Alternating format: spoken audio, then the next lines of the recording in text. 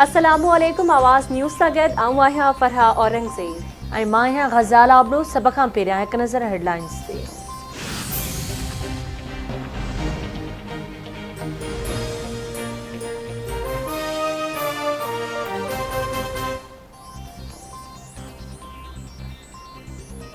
अस्सलामुअलैकुम आवाज़ न्यूज़ सां गॾु आऊं आहियां फरहा औरंगज़ेब ऐं मां आहियां ग़ज़ाल आबरू। सभ खां पहिरियां हिकु नज़र हेडलाइंस ते।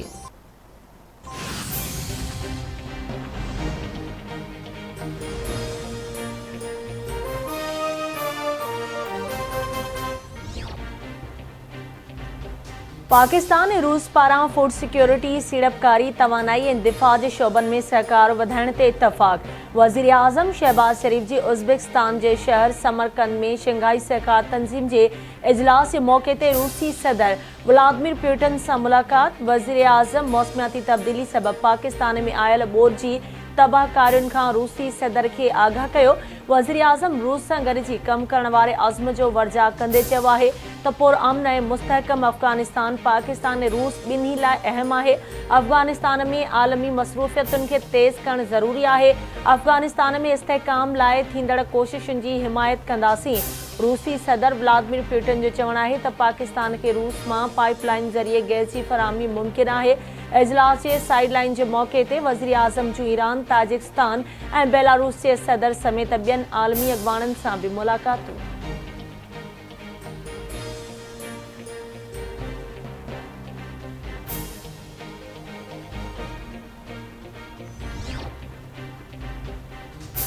Army chief general Qamar Javed Bajwa जो यूरोपी मुल्क हंगरी जो दौरो। गादी वारे हंधि बुडापेस्ट में हंगरी जे कमांडर डिफेंस फोर्स ऐं परॾेही वज़ीर सां मुलाक़ात। हंगरी जे परॾेही वज़ीर पारां पाकिस्तान में ॿोॾि जी तबाहकारियुनि ते अफ़सोस जो इज़हार।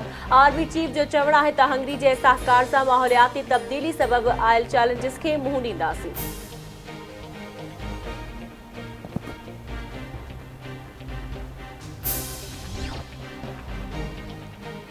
हुकूमत बहानो बणाए इलेक्शन मुलतवी करणु चाहे थी, जंहिंसां मुल्क जो नुक़सानु थींदो।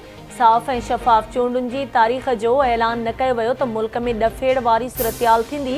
ईअं न थिए जो अहिड़ियूं हालतूं थियनि ऐं को कंट्रोल ई न करे सघे। PTI चेयरमैन इमरान ख़ान जो ख़िताब। संदसि चवणु आहे त PTI खे भित सां लॻाइण जी कोशिश कई पई वञे। दर्जने केस दाख़िल कया विया आहिनि। हुकूमत भित सां लॻाइण बंदि न कयो त एहतिजाज जो सॾु ॾींदुसि।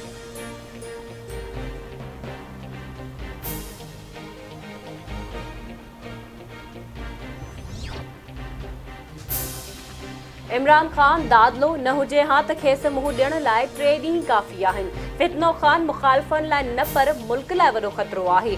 चूंडूं चाहे थो त पहिरियां KP ऐं पंजाब असेंबलियूं टोड़े। फॉरेन फंडिंग जी ख़्वाहिशनि मूजिबि न पर मुक़ररु वक़्त ते इलेक्शन थींदी। नून लीग जी नाइब सदर मरियम नवाज़ जूं इस्लामाबाद हाई कोर्ट ॿाहिरां मीडिया सां ॻाल्हियूं। चवे थी इमरान ख़ान खे मुल्क जी सियासत तबाह करण लाइ आंदो वियो आहे। औरत जज खे धमकियूं ॾिनियूं वयूं ऐं हाणे नाअहलीअ खां बचण लाइ इमरान ख़ान माफ़ी घुरी रहियो आहे।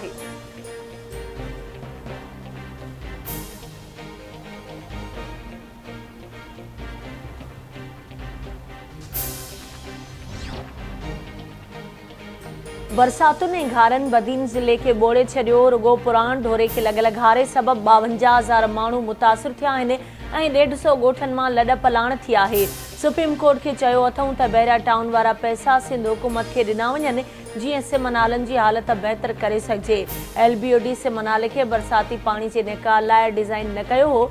सिम नालो रुॻो आबपाशी जे पाणी खे ड्रेनेज करण वारी स्कीम आहे। वरी वज़ीर मुराद अली शाह जूं बदीन में मीडिया सां ॻाल्हियूं। संदसि चवणु आहे त शाहूकार मुल्कनि खे असांजी मदद करणु घुर्जे, जीअं माण्हुनि जी तकलीफ़ुनि खे ख़तमु करे सघिजे।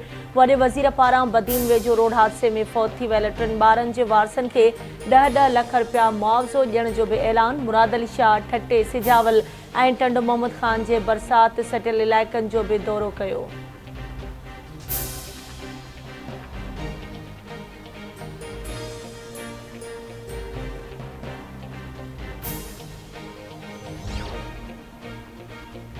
गुड्डू ऐं सखर बैराज ते पाणी जा वहिकरा नॉर्मल थी विया। कोठड़ी बैराज ते विचोले दर्जे जी ॿोॾि बरक़रार।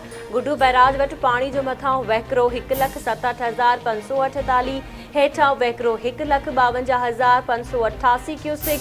सखर बैराज वटि पाणी जो मथां वहिकिरो 1,54,073, हेठां वहिकिरो 1,52,842 क्यूसिक ऐं कोटड़ी बैराज वटि पाणी जो मथां वहिकिरो 4,01,088 ऐं हेठां वहिकिरो 3,86,293 क्यूसिक रिकॉर्ड कयो वियो।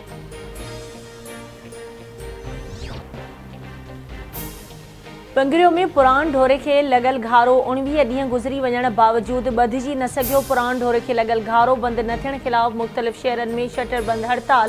पंगरियो खां जुडो, नवकोट ऐं हैदराबाद रूटनि ते ट्रैफ़िक मुकमल तौर ते बंदि।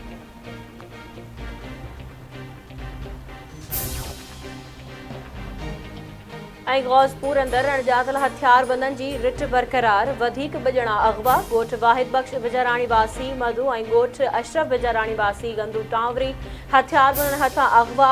मुग़वियनि जे वारसनि खे हथियारबंदनि जो फ़ोन भंग तलब।